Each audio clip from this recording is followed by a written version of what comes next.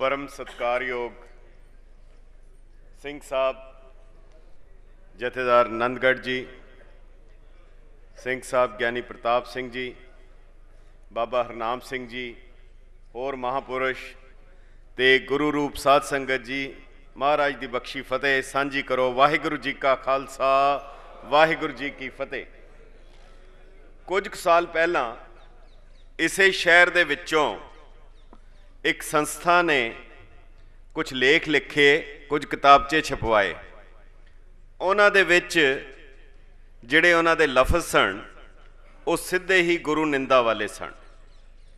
गल सैमीनार दी नहीं है, गल इन्हां नूं विवाद दा विषा बनाउण दी नहीं है, गल सिर्फ चेतनता पैदा करन दी है कि सानू पता लग जाए कि साडे नाल की हो रहा है। ज्ञानी मान सिंह चौर बड़े अच्छे कथावाचक सन।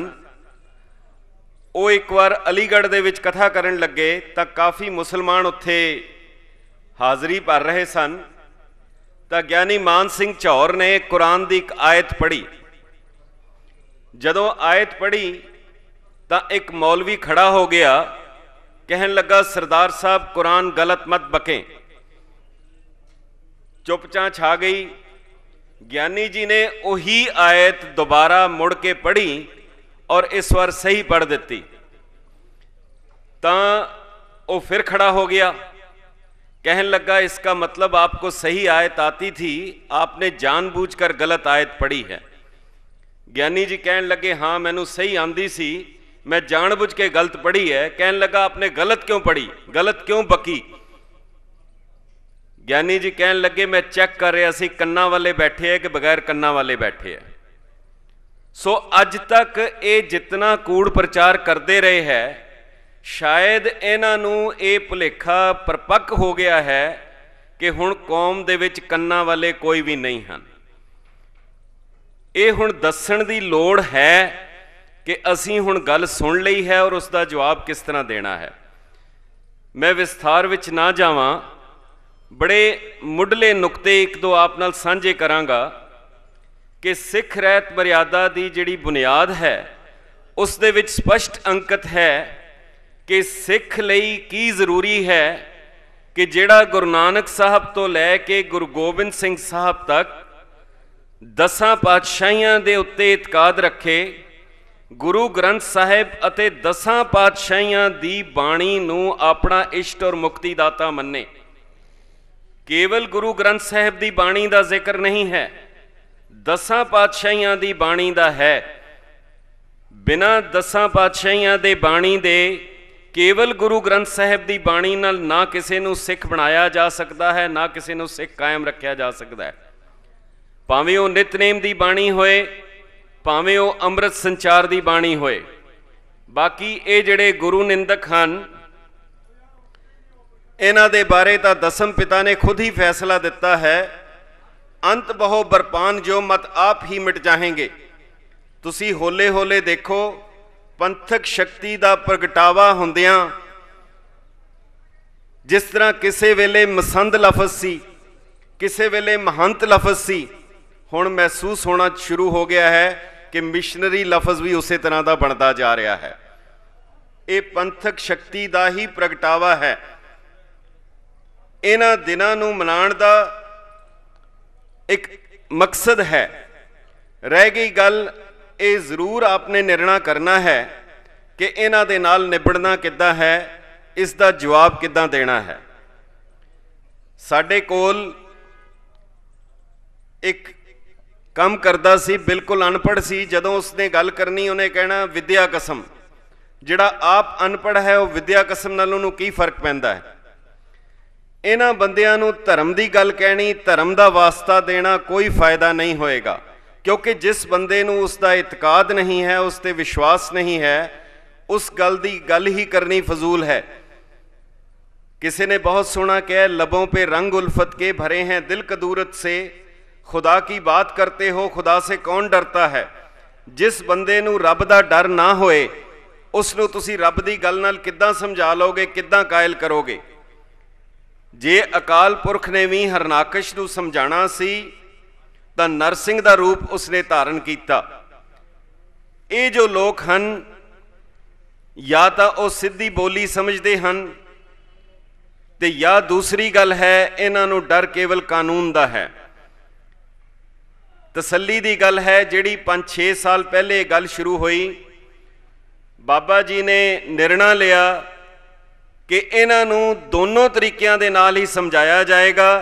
ਜਿਨ੍ਹਾਂ ਵਿਅਕਤੀਆਂ ਨੇ ਸਿੱਧੀ ਗੁਰੂ ਨਿੰਦਾ ਕੀਤੀ ਹੈ ਉਹਨਾਂ ਨੂੰ ਉਸੇ ਢੰਗ ਦੇ ਨਾਲ ਉਹਨਾਂ ਦੇ ਉੱਤੇ ਦੂਸਰੀ ਚਾਰਾਜੋਈ ਦੇ ਨਾਲ ਨਾਲ ਉਹਨਾਂ ਨੂੰ ਕਾਨੂੰਨੀ ਚਾਰਾਜੋਈ ਵੀ ਕੀਤੀ ਜਾਏਗੀ, ਕਿਉਂਕਿ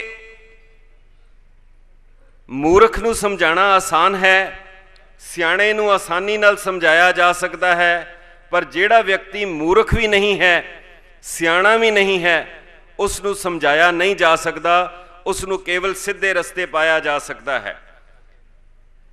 ਮੈਨੂੰ ਗੱਲ ਯਾਦ ਆਉਂਦੀ ਹੈ, ਮੇਰੇ ਇੱਕ ਮਿੱਤਰ ਨੂੰ ਕਿਸੇ ਨੇ ਕਿਹਾ ਸੀ ਕਿ ਮੈਂ ਤੁਹਾਨੂੰ ਸਿੱਖਾਂ ਬਾਰੇ ਕੋਈ ਇੱਕ ਮਜ਼ਾਕ ਦੀ ਗੱਲ ਸੁਣਾਵਾਂ, ਕੋਈ ਤੁਹਾਨੂੰ ਜੋਕ ਸੁਣਾਵਾਂ, ਤੁਸੀਂ ਬੁਰਾ ਤੇ ਨਹੀਂ ਮੰਨੋਗੇ? ਉਸਨੇ ਕਿਹਾ ਨਹੀਂ, ਬੁਰਾ ਤੇ ਨਹੀਂ ਮੰਨਾਂਗਾ, ਪਰ ਉਸ ਦੇ ਬਾਅਦ ਮੈਂ ਤੈਨੂੰ ਕੁੱਟਾਂਗਾ ਕਿ ਨਹੀਂ ਕੁੱਟਾਂਗਾ ਇਹ ਮੈਂ ਗਰੰਟੀ ਨਹੀਂ ਦੇ ਸਕਦਾ। ਸੋ ਇਹ ਸੁਨੇਹਾ ਬੜੇ ਸਪਸ਼ਟ ਤੌਰ ਦੇ ਉੱਤੇ ਜਾਣ ਦੀ ਲੋੜ ਹੈ ਕਿ ਗੁਰੂ ਨਿੰਦਾ ਗੁਰਬਾਣੀ, ਉਹ 10 ਪਾਤਸ਼ਾਹਾਂ ਦੀ ਬਾਣੀ ਗੁਰਬਾਣੀ ਹੈ।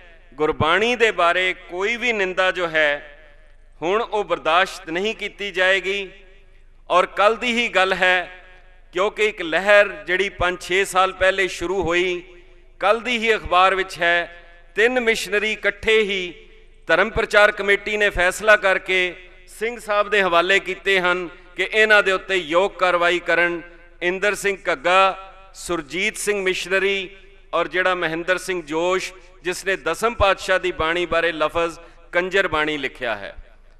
ਸੋ ਹੁਣ ਇਹਨਾਂ ਪੰਥਕ ਰਵਾਇਤਾਂ ਦੇ ਮੁਤਾਬਕ ਇਹਨਾਂ ਦੇ ਨਾਲ ਜਿਹੜਾ ਫੈਸਲਾ ਸਿੰਘ ਸਾਹਿਬਾਨ ਕਰਨ, ਜੋ ਪੰਥਕ ਤੌਰ ਦੇ ਉੱਤੇ ਕਰਨ, ਔਰ ਇਸ ਗੱਲ ਦੀ ਵੀ ਬਹੁਤ ਜ਼ਿਆਦਾ ਲੋੜ ਹੈ ਕਿ ਸਪਸ਼ਟ ਤੌਰ ਦੇ ਉੱਤੇ ਦਿਸ਼ਾ ਨਿਰਦੇਸ਼ ਜਾਰੀ ਕੀਤੇ ਜਾਣ ਕਿ ਜਿਸ ਤਰ੍ਹਾਂ ਸਿੰਘ ਸਾਹਿਬ ਵੀ ਦੱਸ ਰਹੇ ਸਨ ਕਿ ਇਹ ਕੋਈ ਵਿਵਾਦ ਦਾ ਵਿਸ਼ਾ ਨਹੀਂ ਹੈ, ਕੁਰਾਨ ਦੇ ਉੱਤੇ ਵਿਵਾਦ ਨਹੀਂ ਹੈ, ਕਿਸੇ ਹੋਰ ਚੀਜ਼ ਦੇ ਉੱਤੇ ਵਿਵਾਦ ਨਹੀਂ ਹੈ, ਗੁਰੂ ਗ੍ਰੰਥ ਸਾਹਿਬ ਦੇ ਉੱਤੇ ਵੀ ਰਿਸਰਚ ਬੰਦ ਹੋਏ। ਸਾਨੂੰ ਪ੍ਰਚਾਰ ਪ੍ਰਸਾਰ ਦੀ ਲੋੜ ਤਾਂ ਹੈ, ਔਰ ਨਾਲ ਹੀ ਜਿਹੜਾ ਮਕਸਦ, ਜਿਹੜੀ ਗੱਲ ਇਹ ਕੀਤੀ ਗਈ ਹੈ ਫਤਿਹ ਦਿਵਸ ਮਨਾਉਣ ਦੀ, ਅਸੀਂ 10ਮ ਪਾਤਸ਼ਾਹ ਦੀ ਬਾਣੀ ਦੀ ਗੱਲ ਕਰਦਿਆਂ ਕਰਦਿਆਂ ਉਹ ਜਿਹੜਾ ਫਤਿਹ ਦਿਵਸ ਹੈ ਉਸ ਦਾ ਪੈਗਾਮ ਜ਼ਰੂਰ ਦਈਏ ਸਾਰੀ ਸੰਗਤ ਨੂੰ, ਗੈਰ ਸਿੱਖਾਂ ਨੂੰ। ਇਹ ਫਤਿਹ ਦਿਵਸ ਦਾ ਪੈਗਾਮ, ਫਤਿਹ ਦਿਵਸ, ਫਤਿਹਨਾਮਾ, ਜ਼ਫਰਨਾਮਾ ਗੁਰੂ ਗੋਬਿੰਦ ਸਿੰਘ ਸਾਹਿਬ ਨੇ ਕਿਹਨਾਂ ਹਾਲਾਤ ਦੇ ਵਿੱਚ ਲਿਖਿਆ। ਜਿਸ ਤਰ੍ਹਾਂ ਕਿਸੇ ਨੇ ਬਹੁਤ ਸੁੰਦਰ ਜ਼ਿਕਰ ਕੀਤਾ ਸੀ ਕਿ ਕੀ ਹਾਲਾਤ ਸਨ। ਸਰਹੰਦ ਚੋਂ ਸੁਨੇਹਾ ਮਿਲਿਆ ਕਿ ਲਾਲ ਟੁਰ ਗਏ, ਦੋਵੇਂ ਸ਼ਹੀਦ ਹੋ ਗਏ ਨੇ, 9 ਨਿਹਾਲ ਟੁਰ ਗਏ, ਸੂਬੇ ਨੇ ਕੰਧ ਅੰਦਰ ਦੋਵੇਂ ਨਪੀੜ ਦਿੱਤੇ, ਕੋਮਲ ਸਰੀਰ ਇੱਟਾਂ ਦੇ ਵਿੱਚ ਪੀੜ ਦਿੱਤੇ। ਸੁਣ ਕੇ ਇਹ ਗੱਲ ਸਾਰੀ ਉਹ ਮੁਸਕਰਾ ਕੇ ਉੱਠਿਆ। ਉਸ ਬਾਦਸ਼ਾਹ ਨੇ ਨੂਰੇ ਦੇ ਕੋਲ ਆ ਕੇ ਪੁੱਛਿਆ, ਤੂੰ ਰੂਬਰੂ ਸੈਂ ਉੱਥੇ, ਕੋਈ ਗੱਲ ਨਾ ਲੁਕਾਈ ਤੇ ਸਾਫ਼ ਸਾਫ਼ ਦੱਸੀ, ਕੋਈ ਕਹਿਰ ਨਾ ਕਮਾਈ, ਕੋਈ ਹਿੰਜ ਤੇ ਨਾ ਕੇਰੀ, ਕੋਈ ਆਹ ਤੇ ਨਾ ਕੱਢੀ, ਲਾਲਾਂ ਨੇ ਕਿਧਰੇ ਉੱਚੀ, ਕੋਈ ਸਾਹ ਤੇ ਨਾ ਕੱਢੀ, ਤੇਸੀ ਦੇ ਨਾਲ ਲੱਗੀ ਜਦ ਸੱਟ ਸੀ ਕਰਾਰੀ, ਮੇਰੇ ਫਤਿਹ ਨੇ ਉੱਚੀ, ਕੋਈ ਚੀਖ ਤੇ ਨਾ ਮਾਰੀ। ਇਹ ਕਹਿਣ ਦਾ ਵੀ ਅੰਦਾਜ਼ ਵੱਖਰਾ ਸੀ, ਜੋ ਉਸ ਨੇ ਵਜਾਇਆ ਉਹ ਸਾਜ਼ ਵੱਖਰਾ ਸੀ। ਇਹਨਾਂ ਹਾਲਾਤ ਦੇ ਵਿੱਚ ਹਜ਼ੂਰ ਸੱਚੇ ਪਾਤਸ਼ਾਹ ਨੇ ਜ਼ਫਰਨਾਮਾ ਲਿਖਿਆ, ਪਰ ਉਸ ਵਿੱਚ ਵੀ ਗਿਲਾ ਨਹੀਂ ਸੀ। ਕਿਤਨੀ ਚੜ੍ਹਦੀ ਕਲਾ ਦਾ ਉਹਨਾਂ ਨੇ ਸਬੂਤ ਦਿੱਤਾ। ਕਮਾਲੇ ਕਰਾਮਾਤ ਕਾਇਮ ਕਰੀਮ, ਰਜ਼ਾ ਬਖਸ਼ ਰਾਜ਼ਕ ਰਿਹਾਕੁਨ ਰਹੀਮ। ਔਰ ਔਰੰਗਜ਼ੇਬ ਨੂੰ ਲਿਖ ਰਹੇ ਹਨ ਕਿ ਜਿਸ ਦੇ ਉੱਤੇ ਹੁਮਾਂ ਰੂਪੀ ਪੰਛੀ ਦਾ ਰੱਬ ਦੇ ਨਾਂ ਦਾ ਸਾਇਆ ਹੋ ਜਾਏ, ਤੇਰੇ ਵਰਗੇ ਕਾਂ ਉਸ ਦਾ ਕੀ ਵਿਗਾੜ ਸਕਦੇ ਹਨ। ਹੁਮਾਰਾ ਕਸੇ ਸਾਏ ਆਇਤ ਬਜ਼ੇਰ, ਬਰੋ ਦਸਤ ਦਾਰਤ ਨਾ ਜਾਗੇ ਦਲੇਰ। ਤੇਰੇ ਵਰਗੇ ਕਾਂ ਨੂੰ ਕੋਈ ਨਹੀਂ ਵਿਗਾੜ ਸਕਦੇ। ਜਿਹੜੀ ਗੱਲ ਗੁਰੂ ਗੋਬਿੰਦ ਸਿੰਘ ਸਾਹਿਬ ਦੀ ਹੈ, ਇਹ ਬਿਰਧ ਬਾਣਾ, ਇਹ ਬਾਣਾ ਔਰ ਬਾਣੀ ਉਹਨਾਂ ਦੀ ਹੈ। ਉਹਨਾਂ ਨੇ ਆਪ ਉਹਦੀ ਲਾਜ ਰੱਖਣੀ ਹੈ। ਅਸੀਂ ਉਹਨਾਂ ਦੇ ਦਰ ਦੇ ਉੱਤੇ ਢਹਿ ਪਈਏ ਔਰ ਇੱਕ ਅਰਦਾਸ ਕਰੀਏ। ਜਿਸ ਵੇਲੇ ਗੁਰੂ ਗੋਬਿੰਦ ਸਿੰਘ ਸਾਹਿਬ ਦੇ ਕੋਲ ਕੋਈ ਸੰਸਾਰਕ ਪਦਾਰਥ ਨਹੀਂ ਸੀ, ਇੱਕ ਬਿਹਾਰੀ ਕਵੀ ਉਹਨਾਂ ਦੇ ਕੋਲ ਆਇਆ ਔਰ ਜਿਹੜੀ ਉਸਨੇ ਅਰਦਾਸ ਕੀਤੀ ਸੀ, ਉਹ ਕਹਿਣ ਲੱਗਾ, ਚਾਦਰ ਮੈਲੀ ਸਾਬਣ ਥੋੜਾ ਜਦ ਦੇਖਾਂ ਤਦ ਰੋਵਾਂ, ਬਹੁਤੇ ਦਾਗ ਲਗੇ ਤਨ ਮੇਰੇ, ਮੈਂ ਕਿਹੜਾ ਕਿਹੜਾ ਧੋਵਾਂ, ਦਾਗਾਂ ਦੀ ਕੋਈ ਕੀਮਤ ਨਹੀਂ, ਮੈਂ ਕਿਉਂ ਕਰ ਹੱਛੀ ਹੋਵਾਂ, ਸ੍ਰੀ ਸਾਹਿਬ ਮੈਨੂੰ ਦਰਸ਼ਨ ਦੇਵੋ, ਮੈਂ ਸੱਚੇ ਸਾਬਣ ਧੋਵਾਂ। ਅੱਜ ਅਸੀਂ ਵੀ ਸ੍ਰੀ ਸੱਚੇ ਪਾਤਸ਼ਾਹ ਅੱਗੇ ਅਰਦਾਸ ਕਰੀਏ ਕਿ ਤੁਸੀਂ ਸਾਨੂੰ ਸ੍ਰੀ ਸਾਹਿਬ ਦੀ ਬਖਸ਼ਿਸ਼ ਕੀਤੀ ਹੈ, ਤੇਰੀ ਬਖਸ਼ਿਸ਼ ਤੇਰੀ ਰਹਿਮਤ ਦੇ ਨਾਲ ਅਸੀਂ ਇਸ ਕਲੰਕ ਨੂੰ ਵੀ ਧੋ ਦਈਏ। ਇਹਨਾਂ ਲਫ਼ਜ਼ਾਂ ਦੇ ਨਾਲ ਬਹੁਤ ਬਹੁਤ ਧੰਨਵਾਦ। ਵਾਹਿਗੁਰੂ ਜੀ ਕਾ ਖਾਲਸਾ, ਵਾਹਿਗੁਰੂ ਜੀ ਕੀ ਫਤਿਹ। ਬਹੁਤ ਬਹੁਤ ਧੰਨਵਾਦ ਹੈ ਮਾਨਯੋਗ ਡਾਕਟਰ ਗੁਰਚਰਨਜੀਤ ਸਿੰਘ ਜੀ ਲਾਂਬਾ ਜੀ ਦਾ, ਤੇ ਬੜੇ ਵਡਮੁੱਲੇ ਵਿਚਾਰ ਤੁਹਾਡੇ ਨਾਲ ਉਹਨਾਂ ਨੇ ਸਾਂਝੇ ਕੀਤੇ ਨੇ।